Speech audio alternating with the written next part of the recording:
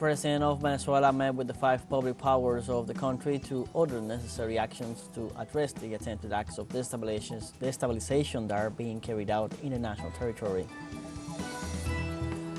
In India, authorities report that the death toll from landslides has risen to 151. And in Iran, resistance leader Ismail Haniyeh was killed in an attack in the Iranian capital, Tehran, on Wednesday.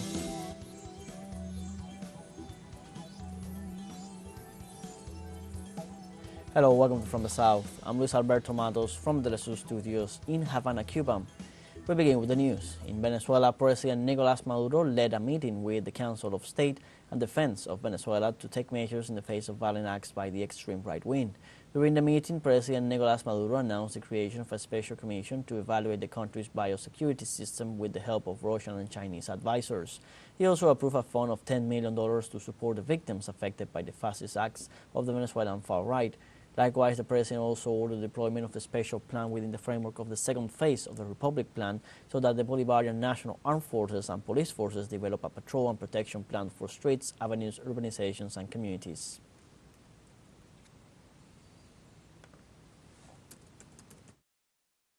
We are already precisely living an attempt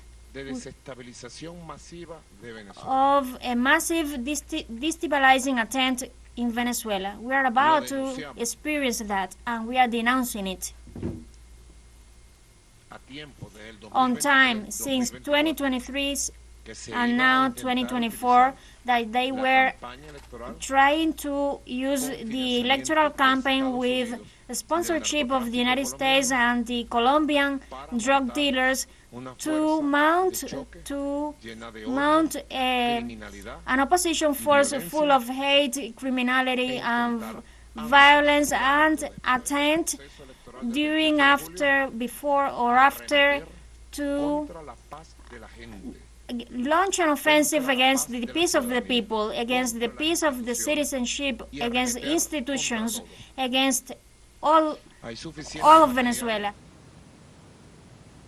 The Venezuelan people mobilized on Tuesday in rejection of the acts of violence and the chance of fraud by the opposition sector led by Maria Corina Machado. Our correspondent Leonel Retamal has the details. They come to endorse the triumph of Nicolas Maduro at the polls. As every time the pressures on the country increase, Chavismo takes to the streets to defend its project and make itself visible to the international media.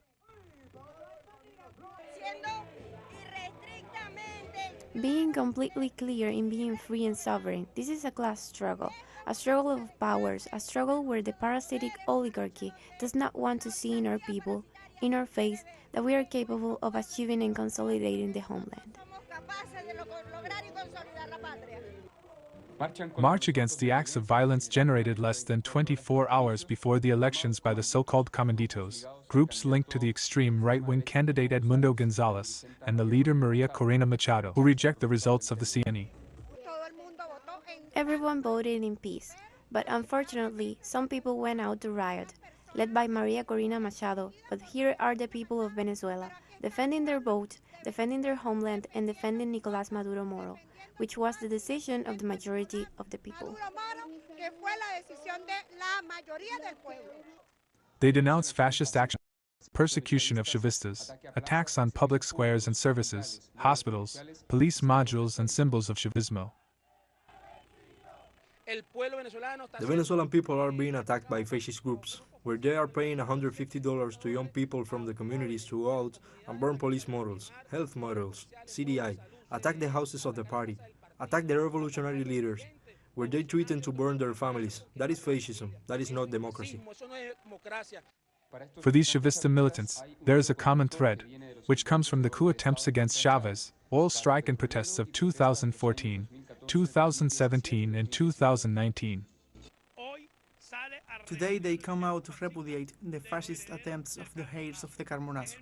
It is the same people that defend the dignity of Bolivarism, of Chavez, mobilized together with our working-class president Nicolás Maduro against the fascist horde that wants to lead our people to a civil war to later ask for a foreign intervention. President Maduro received them at the Miraflores Palace and called for mobilizations throughout the week in defense of democracy and to ensure peace and tranquility in the country. In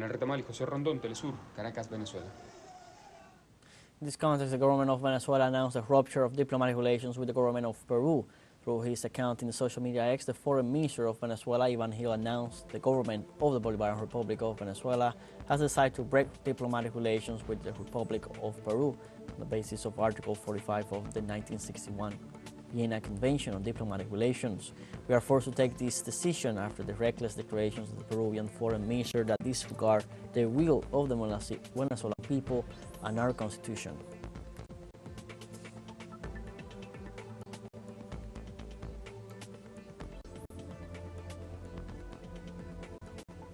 The National Assembly of Venezuela rejected the acts of violence promoted by the far right in the country.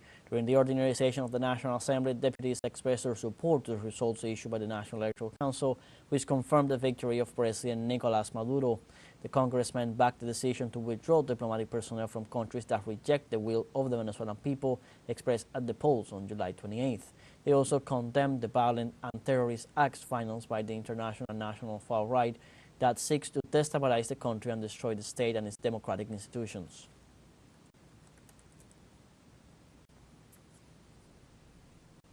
And the president of the Venezuelan National Assembly, Jorge Rodriguez, expressed the true intentions of the far right during last Sunday's presidential elections campaign. The plan of these sectors of extremism was not an electoral plan. They were not participating in elections. They were not going to cities and towns to win the favor of the voters with their arguments. They were going to cities and towns to create their violent groups, to give the money, to distribute the drugs, which were going to be used for the moment in which they decided to take off their clothes of goodness and religiosity and show themselves as they are. In Venezuela, Armed Forces and Prosecutors' Office reported detainees for raising violence while investigations continue. Let's see details. In the streets of the Venezuelan capital, tranquility makes its way after having been disturbed, after a day of protests that wreaked havoc. I do not agree with violence for anything in the world, because violence is the weapon of those who are not right. This because the leadership of the ultra-right-wing unitary platform refused to accept its defeat and called for the streets. At the same time, social networks publish videos of events from years ago. The images are from 2014. They are expressions of hatred and irrationality that are part of a preconceived plan by political groups that knew they were defeated. But in addition, they are an attempt at a media coup d'etat supported by the social networks and backed by United States imperialism and its externals and internals allies.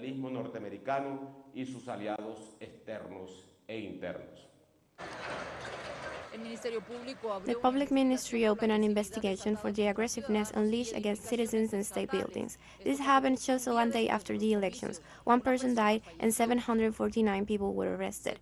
The authorities announced that those captured confessed to being paid $150 for generating disturbances.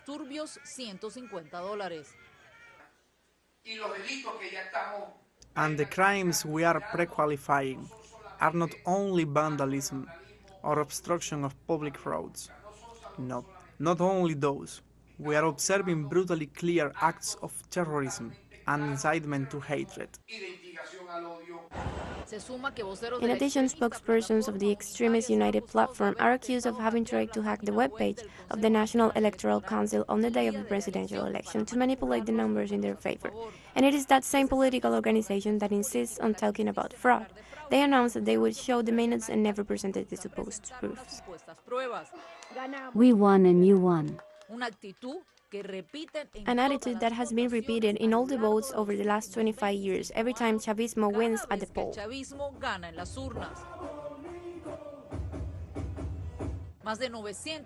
More than 900 international observers attest to the transparency of the Venezuelan voting system.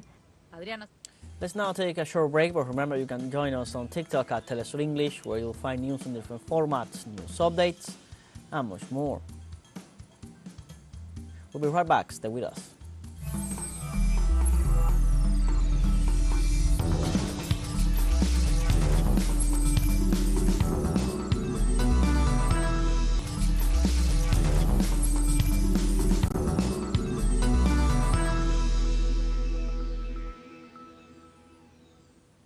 Welcome back.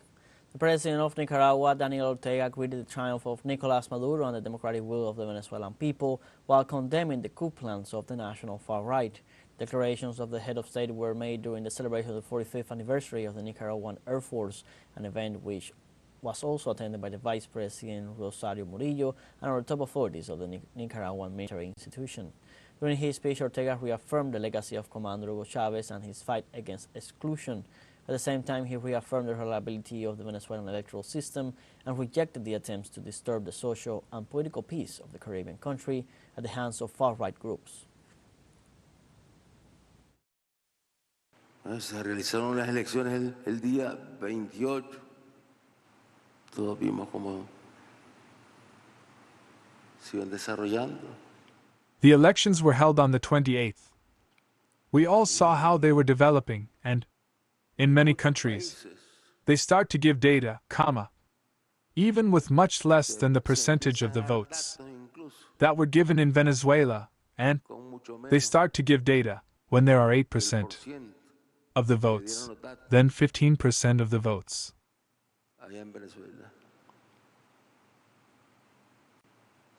Se empiezan a dar datos cuando van 8% de los votos, luego el 15% de los votos. Bueno, cada quien tiene su forma de administrar las elecciones. Well, each one has its own way of administering the elections, and there, with 80% of the votes, they give the results.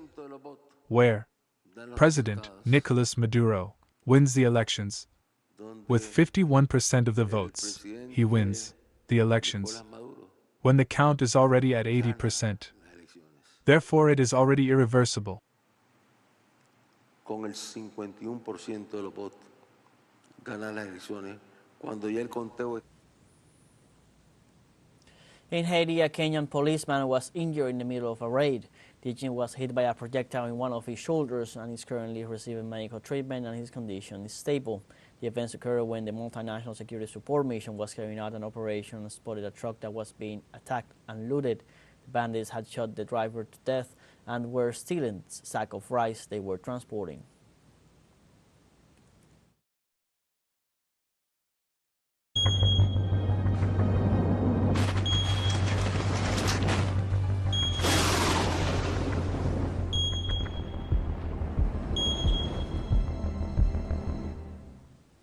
In India, hundreds of rescue workers are searching through mud and debris from multiple landslides that have killed at least 151 people in Kerala state.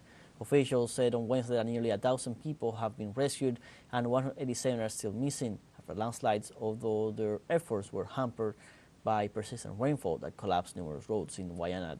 Kerala's Chief Minister Pinarayi Vijayan said that hospitals were treating 186 people, making this one of the worst natural disasters the state has ever seen.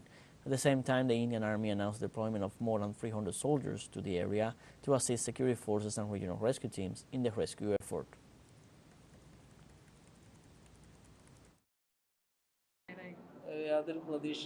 I have no hope. There is very little possibility. My wife's father is around 70 to 74 years old and has difficulty walking. We have no hope. That's how bad the situation is there.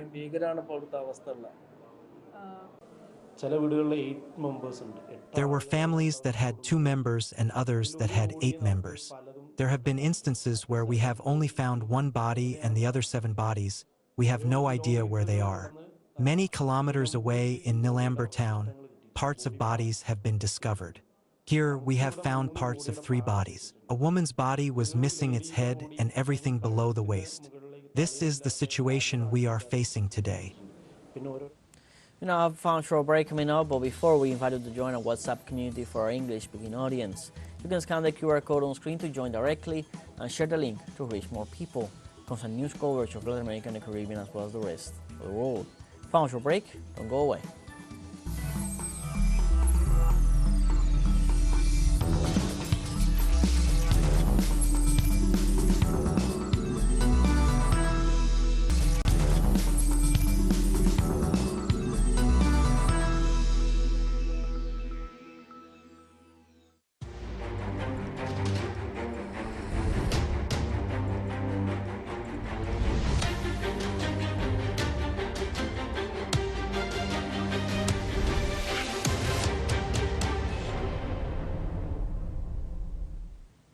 Welcome back. Ismail Haniyeh, head of the political bureau of the Palestinian resistance, was killed Wednesday in an attack in the Iranian capital, Tehran. Islamic Revolutionary Guard Corps announced on Wednesday that Palestinian resistance leader and face of Hamas international diplomacy during the war with Israel in the Gaza Strip, Ismail Haniyeh, who was on visit to Iran to attend the inauguration ceremony of President-elect Masoud Pezeshkian, was killed when his residence was hit in Tehran. Hamas made a statement through its official Telegram account where it accused Israel of killing Haniyeh. Advanced investigations are underway at this moment.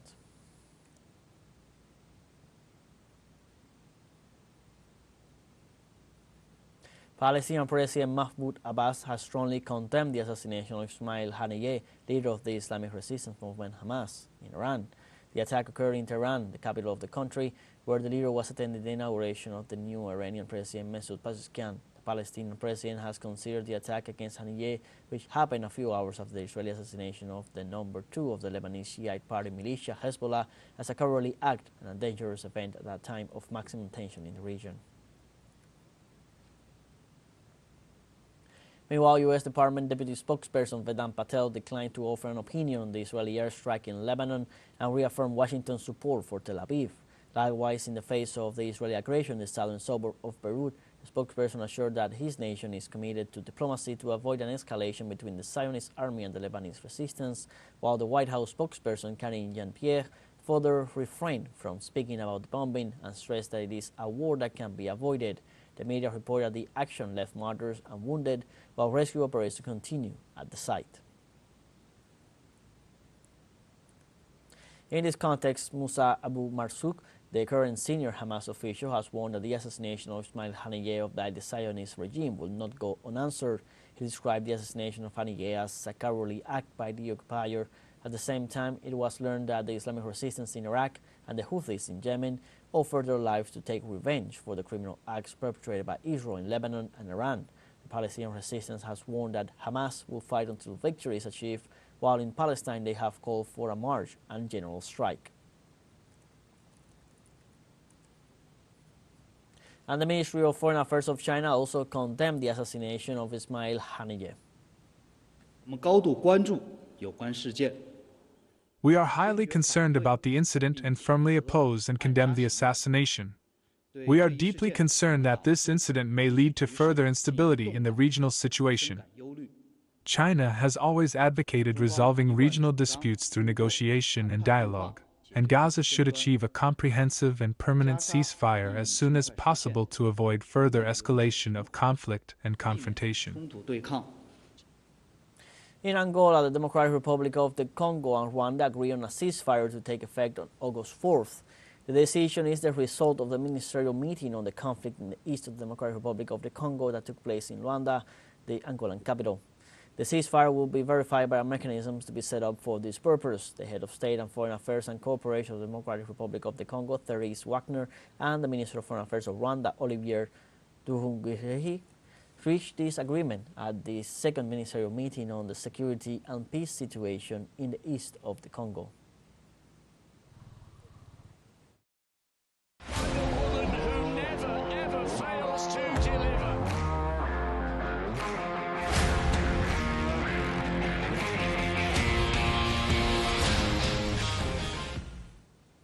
On Wednesday, Parisian sports authorities gave the go-ahead for the men's and women's triathlon events of the Olympic Games amid concerns about pollution of the Seine.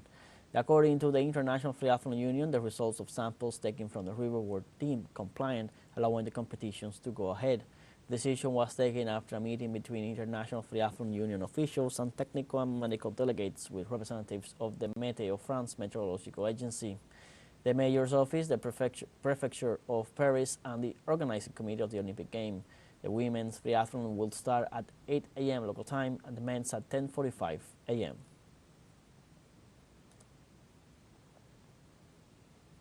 Brazil celebrated with hundreds of fans the party for the Paris 2024 Olympic Games with the Olympic Festival held in Sao Paulo. Let's see. The event, ranked as the largest of its kind outside of Paris, France, is held with the goal of providing visitors with an exciting and entertaining day at Time Brazil Park, with the current sporting event as the centerpiece of the festival. People can have an immersive experience during the celebration of the games, besides being part of the Brazilian culture that is expressed everywhere. I enjoy it very much. I like volleyball and judo. I also enjoy more extreme sports, like surfing, so I decided to give it a try. I have always played sports, and I really enjoy it. Getting the crowd together to cheer and celebrate our country is great. Among the things that visitors can do at this festival is to watch on a giant screen the various competitions of each sport and its representatives, as well as try some Olympic disciplines with the help of professional athletes and coaches, such as surfing, pole vaulting, long jump, among others. Several Olympic medalists from Brazil have also been present in this sport and family meeting, who share with the people their experiences. The Olympic Games are magical because you have all the eyes of the world on you at that moment. What they are doing here is bringing sport closer to the community, bringing sport closer to the people. In addition to sports, the Paris 2024 Olympic Fan Festival also combines music.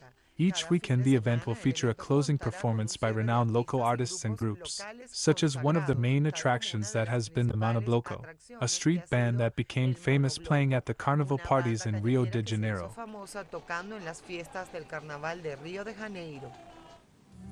Well, like this, we have come to the end of this news brief. You can find these and many other stories on our website at telesurenglish.net. So join us on social media, Facebook, X, Instagram, Telegram, and TikTok. For TeleSUR English, I'm Luis Alberto Matos. Thank you for watching.